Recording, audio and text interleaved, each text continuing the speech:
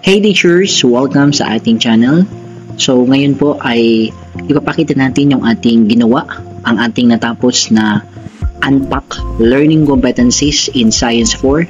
So alam ko po itong ang isa sa mga hinahanap natin in such that mas maging maayos yung pagbubukas ng ating school year 2024 to 2025. So ngayon po, ipapakita ko po sa inyo ang laman nito. Teachers, ito po ay may quarter 1 to quarter 4 na po. So, kompleto na siya.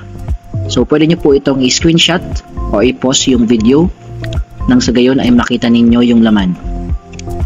Ito po. Quarter 1. And at the same time, nilagyan ko na po ito ng week number, kung ilang weeks kung ilan yung gusto nyo na ituro siya or ang budget ng week preparation. So, quarter 1 po yun. Ngayon naman po, ipapakita ko sa inyo yung ating quarter 2 sa science, matatag curriculum. So, alam ko po na busy na kayo sa paggawa.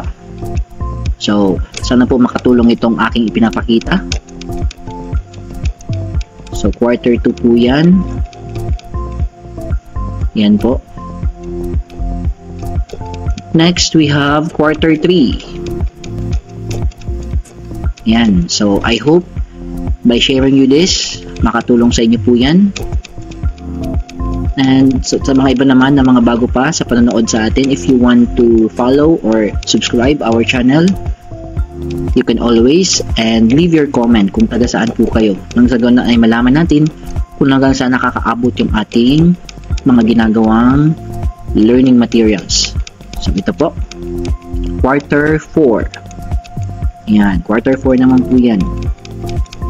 So, again, this one is just a sample Unpack Learning Competencies.